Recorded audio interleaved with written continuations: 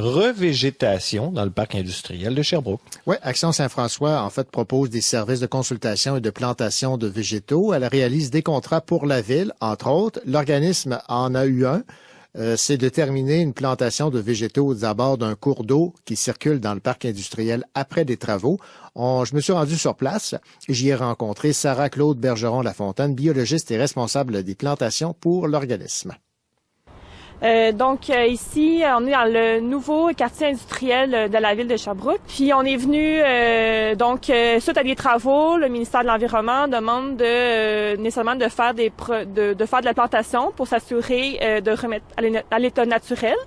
Donc, sur environ 300 mètres, sur 10 mètres de large de bande riveraine, on est venu planter des arbustes indigènes.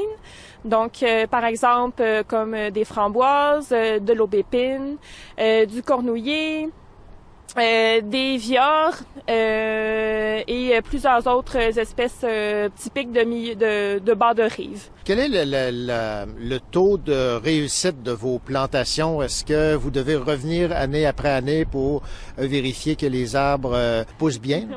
Oui, en effet. On a un contrat avec le client et on s'assure qu'au moins après le premier hiver, il y a un très bon succès de survie. Donc, on assure au moins 70% de survie des arbustes. Puis souvent c'est le cas. Donc, la plupart réussissent à passer le premier hiver. Après ça, c'est sûr qu'il y a beaucoup d'éléments extérieurs qui peuvent venir nuire à la plantation, comme les herbes, les chevreuils, les espèces exotiques envahissantes et tout ça. Maintenant, cette action de revégétation c'est pas la seule activité menée par l'organisme Action Saint-François. Ces actions les plus connues sont bien sûr les activités de nettoyage des rivières et des rives chaque année.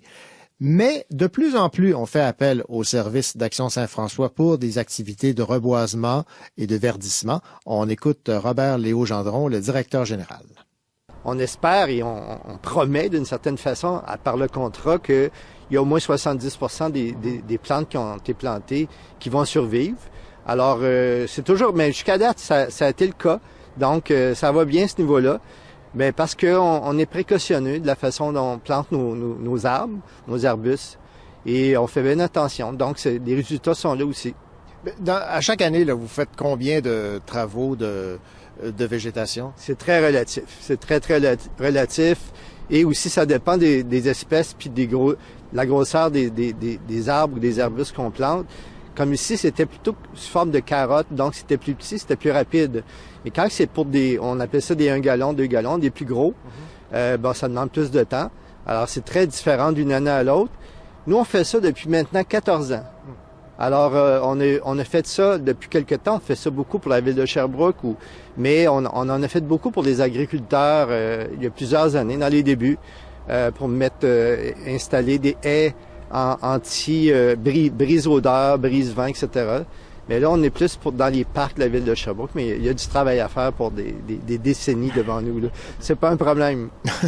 Effectivement, il y a beaucoup de travail à faire. Ce qui m'impressionne là-dedans, c'est la quantité de bénévoles qui se prêtent à l'exercice de la plantation et également à ces activités de nettoyage des rivières et des rives, et également l'expertise qui se développe au fil des ans et qui est évidemment mise à profit un peu partout dans la région de l'Estrie.